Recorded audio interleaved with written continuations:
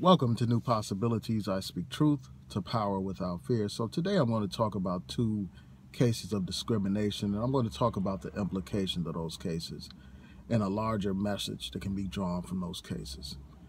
So United was overbooked. They had a flight that was scheduled to go from Chicago to Louisville, and they were overbooked. So they asked for 4 passengers to leave the flight. And nobody voluntarily agreed to leave, so what they did is they randomly selected names using a computer, and they actually offered people money to get off the flight.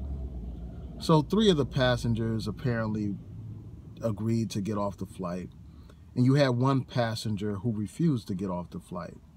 It was an Asian man. From what I understand, he was 69 years old. He is 69 years old. He's a doctor. And he said that he could not get off the flight because he had to go to work. You know, he's a physician and he had a schedule. He had to appear for work. So he was not willing to voluntarily get off. So what they did is they got security personnel to drag this man off. So they pulled him out of his chair and dragged him down the aisle of the plane. And from what I understand, while they were dragging him and pulling him out of the chair, he sustained some injuries to his mouth, and his mouth was bleeding. And now, in response to this, a lot of people have been expressing outrage, and rightfully so. They have voiced their concerns and their outrage on Twitter and other social media. And in response, the airlines basically said that this guy is to blame for what happened. You know, they say that he was uncooperative. And then they issued some kind of statement on Twitter talking about how they apologized that people had to be reassigned, basically undermining or downplaying exactly what happened. Here you have somebody that's yanked from their seat after paying for a ticket to get on this flight. So that's the first situation. And then you have another situation in California, from what I understand. And it was a case where this Asian woman paid for reservations, or she placed a reservation with some ski resort or whatever. And for what I understand, the name of the resort is Airbnb. So she placed a reservation, and she asked if 2 other people could come with them. So it was 4 people altogether. And all of this was through exchanges and text messages and all that kind of stuff. And they said that that's no problem. And then when she arrived there, they said that she couldn't have these 2 other people come, and that she couldn't come. And she's asking why. You know, she shows them the screenshots of the text messages that were exchanged saying that it was okay and this and that. And then this person from this company basically told her that it's the busiest time of the year and you must be high if you think we're going to allow that to happen, basically. And then throughout this exchange, eventually the person at the company basically told this Asian woman that this whole situation could be summed up with one word: Asian. You know, she basically said, well, you know, I'm glad that Trump is in office, and, you know, we got to do something about these foreigners, something to that effect. So here you have an educated Asian woman, you know, an articulate Asian woman who was discriminated against. And she did a video and she posted it on YouTube. And I'll post a link in the description box to that video. And I'll also post a link to the video of the Asian man being dragged out of the flight on United. Now, these situations raise a lot of questions. I mean, first of all, you have this whole notion in society of respectability politics, this notion that if you behave properly, if you are educated, if you are assimilated, if you speak the king's or queen's English properly, and you dress properly and act properly, that you don't have anything to worry about in terms of racism. You can avoid a lot of problems. And a lot of people preach this to African Americans. But here you have 2 highly educated Asian people. You know, people who are doing everything that they're supposed to do. You know, people who are viewed in this country as model minorities. Despite all of that, at the end of the day, They are discriminated against because they are not white, because they are Asian. And this is nothing new. I mean, there's a long history of discrimination against Asians. And obviously, there's no comparison to what they faced and what we faced. I mean, there are situations where they have been subjected to horrific incidences of discrimination. I mean, one example would be the internment camps of Japanese during World War II. That's an example of discrimination. And there are plenty of other examples of how Asians have been discriminated against. So I think that these two examples completely dispel and debunk that notion that somehow you can behave your way out of discrimination. And there are examples with African Americans. So I think that people can learn from this. They can understand that it doesn't matter how well you speak. It doesn't matter how educated you are. It doesn't matter how assimilated you are or the fact that you're wearing a suit and tie. The fact of the matter is, if you are not white in this society, you are discriminated against. And I think that these Asians are having a wake-up call right now. These Asians, whether we're talking about people from places like China or Korea or some other Asian country, they're coming to realize this. They're coming to realize that they are hated and despised just like any other minority group. Just like the Latinos and African Americans. Of course, it's not on the same scale as our discrimination, but it's discrimination nonetheless. They're coming to realize this.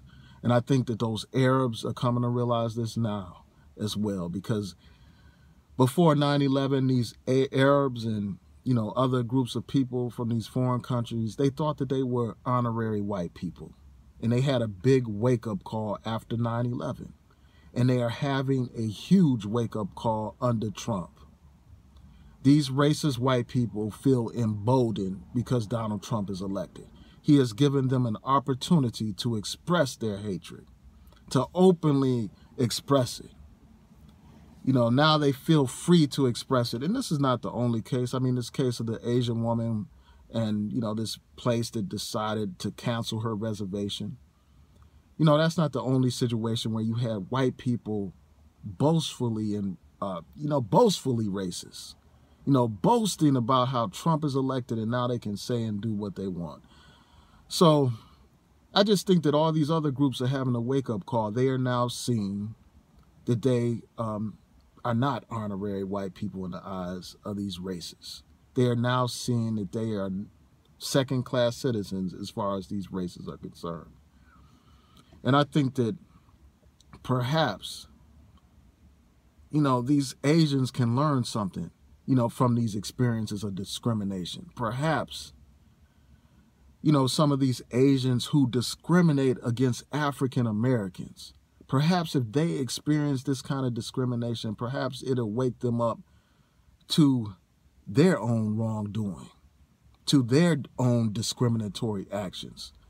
I mean, you saw that story that I posted on here not too long ago about this Asian guy who choked up this black woman and kicked this black woman and all that kind of stuff over some damn eyelashes that he claims that she stole.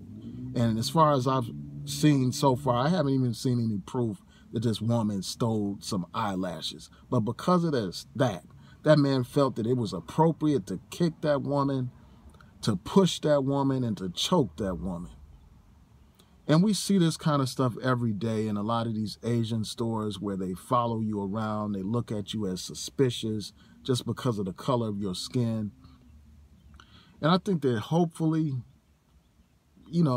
although it's possible that nothing will change. I mean, they will continue to discriminate against black people. But it seems like this should give them a chance to look at themselves in the mirror. Look at their own wrongdoing. And see just how wrong they are now that they can experience some discrimination. This goes for these Asians and these Arabs. Perhaps they'll learn something from these examples of discrimination. I mean, you have cases where people commit hate crimes against Asians, like against Indians, for instance, against Sikhs, assuming that these Sikhs are Arabs or Muslims and stuff like that. They have been victims of hate crimes. So you would think that all these people that experience various forms of discrimination, you would think that they would have common issues, common interests around fighting against discrimination. And a lot of these groups do. Like, there are some people within the Asian community and Arab community and other communities that understand how important the fight against discrimination is, and they are a part of the social justice movement. But I think that more of these people need to realize the importance of this issue. And as they fight against discrimination against their group, they need to join with others who are also fighting against discrimination. All these different groups, whether we're talking about women, whether we're talking about these various minority groups and African Americans and Latinos, Muslims, all of these groups are affected by this right-wing Trump administration. And I think that they have every reason to unite and work together instead of working separate and apart. Because as long as all these different groups are separated, they cannot defeat this Trump administration and its agenda. Whether we're talking about working people or women's groups, all these groups have it in their best interest to work together to fight against this right-wing agenda of Trump and these races, because these races are inspired by this guy. And that's not a coincidence. This man has campaigned, he campaigned for these people. He basically was the voice for these white supremacists and racists. I mean, how else can you explain this man appointing somebody like a Stephen Bannon? How else can you explain this man appointing a racist like Jeff Sessions to be in charge of civil rights, to be responsible for enforcing civil rights laws in this country? So the bottom line is this: I think that these other groups of people, these other groups that are discriminated against, they need to wake up. They need to realize how important this fight against racism and discrimination is. They need to recognize their own faults, their own discrimination against other groups of people. And they need to work with others who are fighting against discrimination. So those are my thoughts. Tell me what you think. Please rate, comment, and subscribe. Peace.